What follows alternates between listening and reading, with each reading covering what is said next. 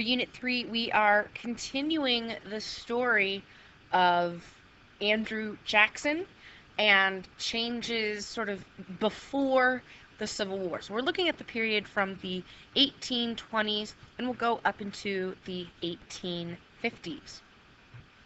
Now, we learned about in 1824 the corrupt bargain that kept Andrew Jackson out of the presidency. Well, in 1828, he is overwhelmingly elected. He throws a absolutely huge inaugural party at the White House. It pretty much was shut down. He decided to leave barrels of whiskey outside so he could go to bed. And he was able to win in 1828 because John Quincy Adams was fairly unpopular and didn't win a second term. What this also shows us is as more people are allowed to vote, they don't require the elites to make decisions for them. So when this country was founded, or the founding fathers, they were representing the wishes of the people. Well, since then, laws had changed and adapted for voting requirements. So more individuals are voting. And those people want to have sort of political associations. And so, unfortunately, ignoring what Washington said in his farewell address, popular political parties become more common.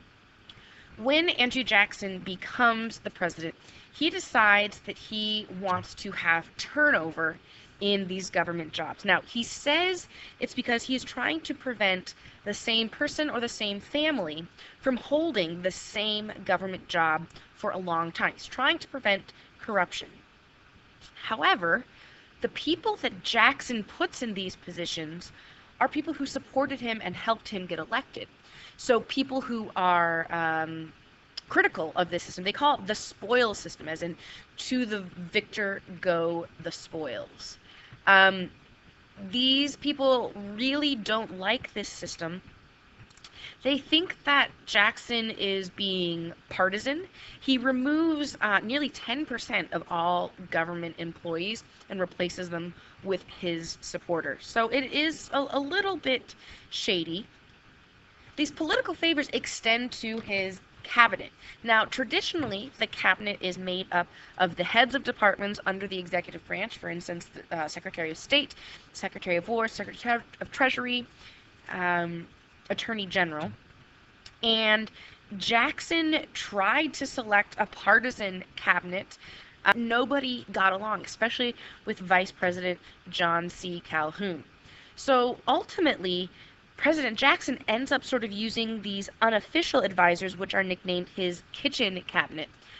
Ultimately, even though Jackson is running on this very Jeffersonian idea of small government, we are going to see how President Jackson expands presidential power. He ends up getting the nickname King Andrew. So in many ways, he's a bit hypocritical, like President Jefferson. Now, we already know that the Jeffersonians don't like the bank, and Andrew Jackson is no different.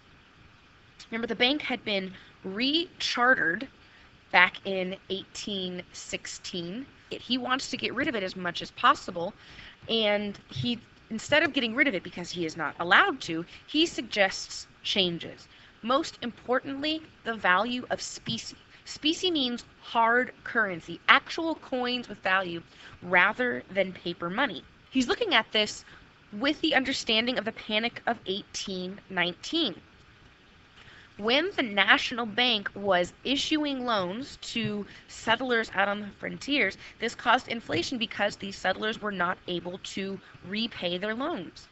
So Jackson really wants to encourage this Jeffersonian idea of strict construction, of state sovereignty, and of using hard currency, not paper money.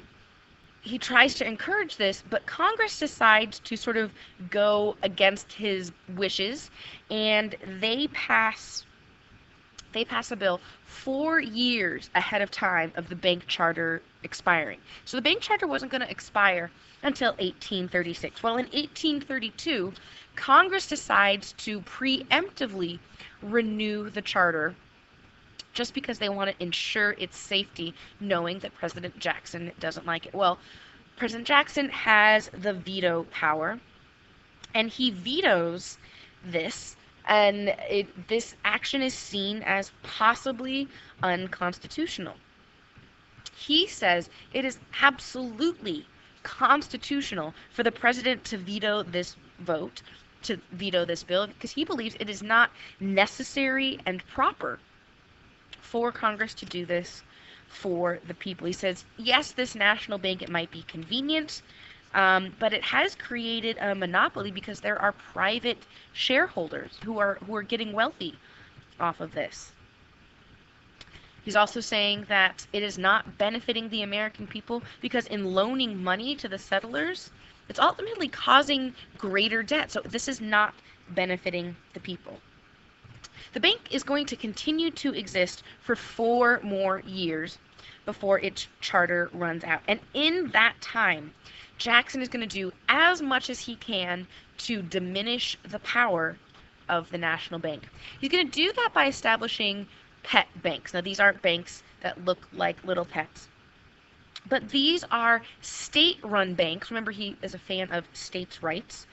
And he's going to transfer federal funds from the national bank to the state banks, or to his pet banks.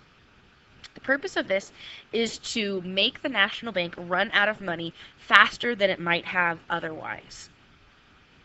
And this sort of creates a bank war. So now we have the national bank fighting against Jackson and the states. The national bank tries to counteract this loss of funds.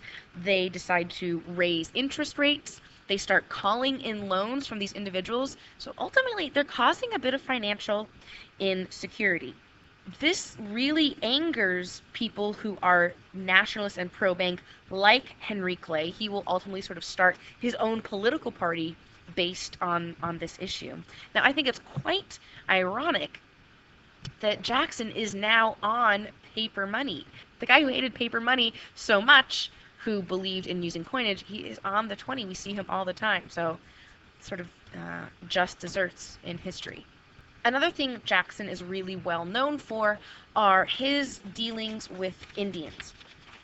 He considered himself a Westerner. He was from Tennessee, and so he sort of feels like he has more authority or more experience to deal with these Indian issues.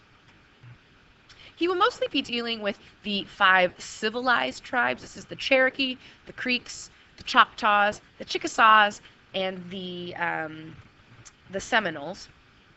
You can see there where their population centers are. Now, these 5 are called the civilized tribes because they had been interacting more with European society compared to some of the other tribes.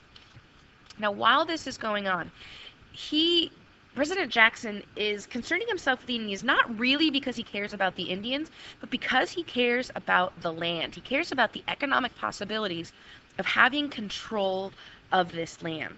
Settlers are looking for more and more land, and Jackson sees that these Indian tribes are on lands that could be made available to Americans. So in 1830, he passes the Indian Removal Act. The plan is to take these 5 tribes and move them west of the Mississippi River in Louisiana Territory.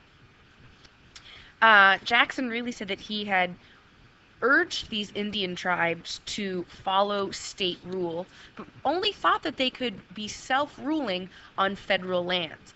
And currently they were on state lands. So federal lands were only possible in the Louisiana Territory. Many Southerners supported this because they would have more access to more land. But there is some opposition. There are many Christians and even some congressmen such as Davy Crockett who saw this as cruel and excessive, and humane even. The American government does put a considerable amount of pressure on these Indian tribes to sign these agreements, but the Indian tribes probably didn't realize the full effect that they would be forced to leave their homes as a result of signing these agreements. Now, there will be some opposition in the form of the actual Indian tribes. First, we have the Cherokee Nation versus the state of Georgia. The Cherokees felt that they had been literally and figuratively walked all over, and in 1831, the Cherokee Nation was submitting to the Supreme Court that the state of Georgia was withholding rights from this Indian tribe. The Supreme Court decides that these Indian tribes are themselves independent. So therefore, the states do not have the ability to negotiate treaties or to interact with these independent nations, if you will, because the issue of treaties must be done at the national level.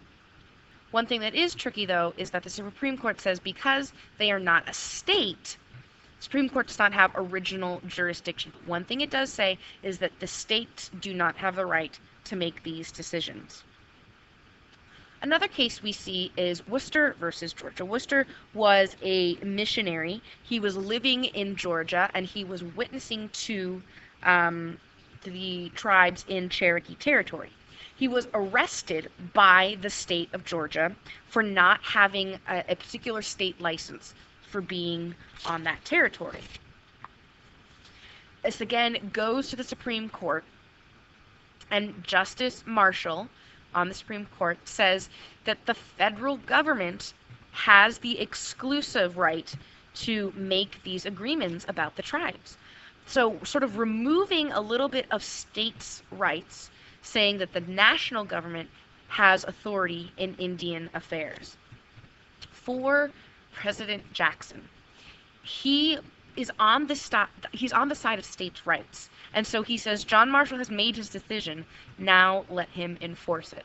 So we see this issue between the federal government and states' rights. Ultimately, in 1838, the forced resettlement of these tribes will begin, and it becomes known as the Trail of Tears.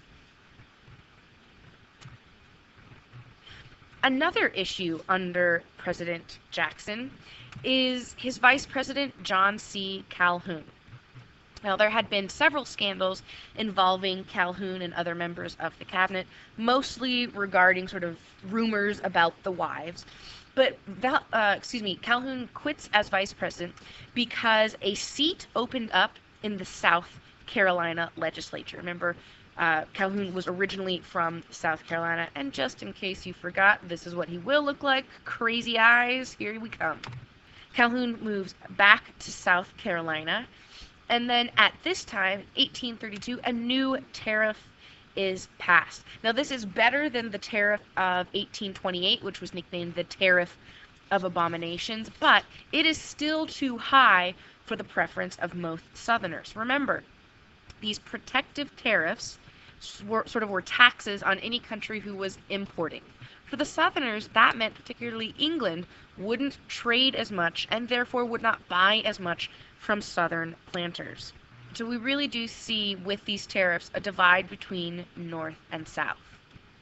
For Calhoun and the state legislature of South Carolina, they decide that these tariffs are too much, and they decide to nullify the tariff of 1832, meaning void or not accept this national law.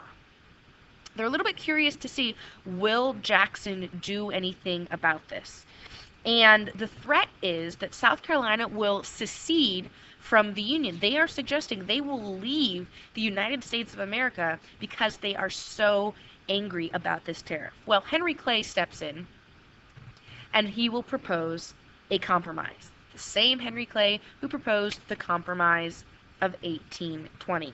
This tariff is able to find some middle ground. It still will exist as a tariff, but it is even more moderate to try and appease the Southern planters. The real thing here, though, is this is not about a tariff necessarily. If we look back at the map, yes, this could be about economics and shipping, but we are already seeing, again, the starting of this issue of North versus South and states' rights and who is supreme. Is it the federal government or the state government? The election in 1832 is going to sort of show some of the issues in the country. Now you see, South Carolina does not vote for Andrew Jackson, nor does Kentucky. The Kentuckians vote for their favorite son, Henry Clay. But for the most part, Jackson is overwhelmingly popular across the United States.